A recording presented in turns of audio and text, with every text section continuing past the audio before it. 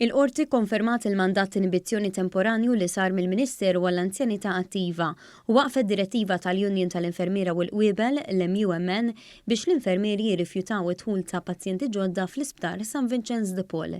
Il-qorti preseduta mill-imħallef Neville Camilleri qalet li l-Union kellha 5 tiem ċans biex tressaq l-argumenti legali tagħha.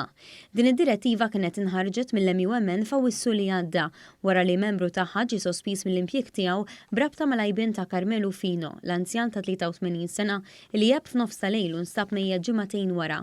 Il-Ministru għall-Anzjanità Attiva ġewwa Bela ta' reazzjoni tiegħu għal din is-sentenza lil One News. Inħossni sodisfatt ħafna bid-deċiżjoni tal-qorti, deċiżjoni li tiffavorixxi l-anzjani għal dal-aħħar ftit xhur. Kien hemm ħafna anzjani li kienu blukkati ġewwa Mater Dei u sptarijiet oħra u ma setgħux isibu posthom ġewwa id-djar tal-kura għall-anzjani tal-Gvern. Li xi ħadd ta' ċertu età ikun blukkat ġewwa sptar akut mhijiex ħaġa tajba għaliex hemm riskju ta' infezzjonijiet li jistgħu waslu għal mowt jew diżabilità tal-anzjani. Jiġifieri din id-deċiżjoni ħad tiffavorixxi l dawk l-anzjani li issa jistgħu jsibu posthom ġewwa id-djar ta' kura.